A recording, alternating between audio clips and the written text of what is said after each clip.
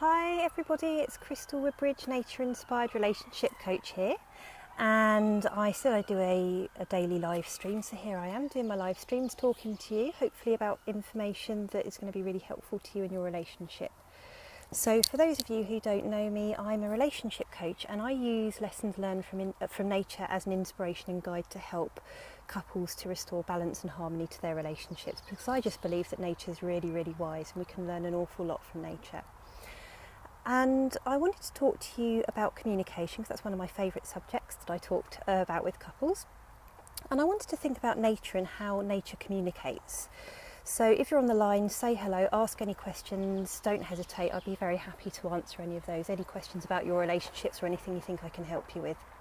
So I'm talking today about communication, and in nature, just about the subtleties of communication. So if you think about whether we're thinking about the global climate or the seasons or weather systems, the moon cycles, or even changes that happen on a microscopic cellular level in our own bodies, there's so much communication that happens in nature just on so many subtle ways, and it's all non-verbal. This is all stuff that happens that we can't see, and it's very subtle, but nature can actually give us so much, and it can communicate so much and such powerful changes that through really tiny things that we can't even see.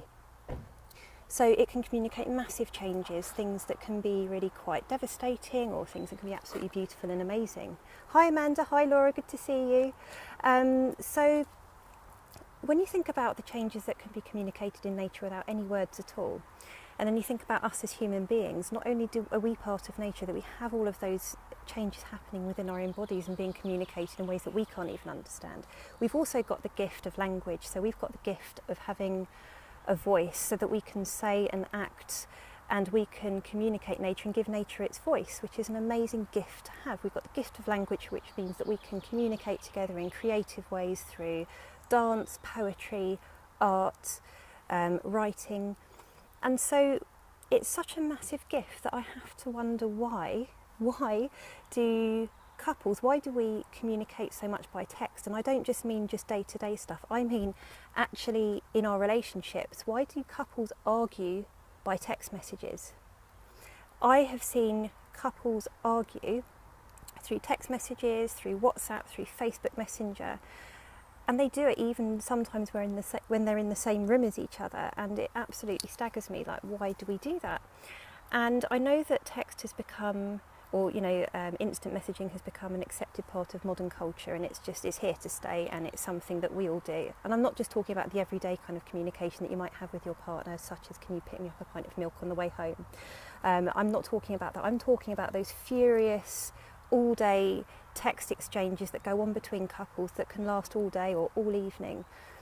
I have couples come into the room sometimes and show me these exchanges on their phones as kind of proof of how they're communicating with each other. And when you think about communication and that only 7% of it's verbal, that means that there's a whopping 93% of that message that you are trying to convey to your partner that's not being delivered. And then when you think about it in text or instant message format, where you actually shorten what you're going to say and you actually abbreviate things, you're missing even more. So there's no subtlety, there's no reading of expression or context to what you're saying. And I think there's a tendency as well with text exchanges to overanalyze everything as well. Hi Jolene, good to see you.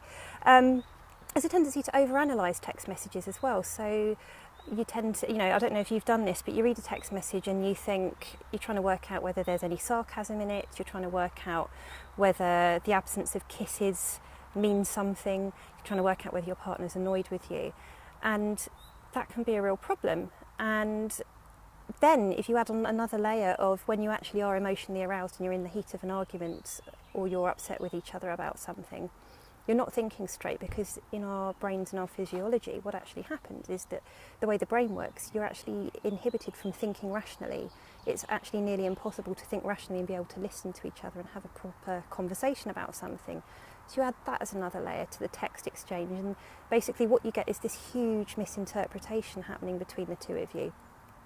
The other thing about text messages and instant messages, when you keep that kind of, when you've done that and it's some things have been exchanged that are really negative, you keep that forever.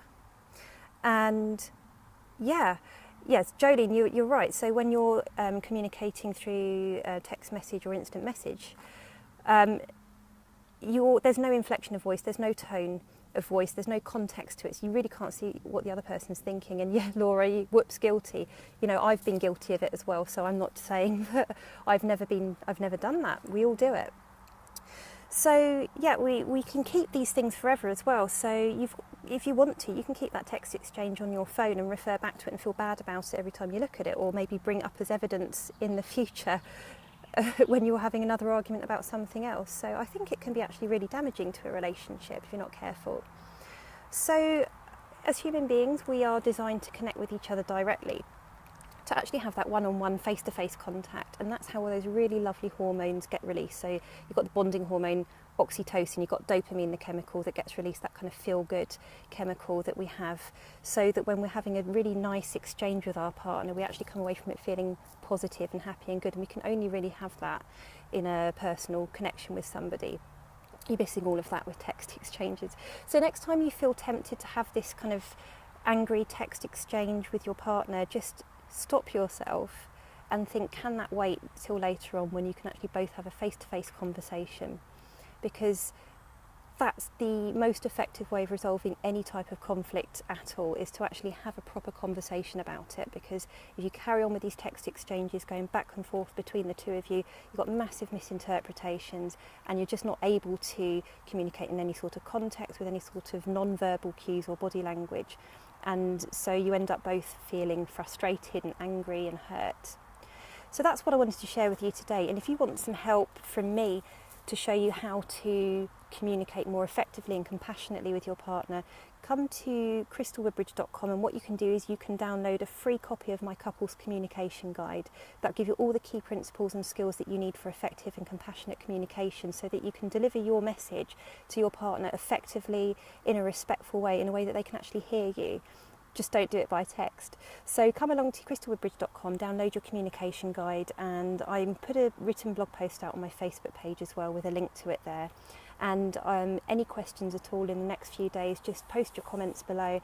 If there are any live streams that you want me to do for you, because I want to deliver you content and information that you're going to find useful, not just what I think is going to be useful for you, I'd be really happy to talk to you about that online. So take care for now, and just remember, you need to maintain your relationship to watch it thrive.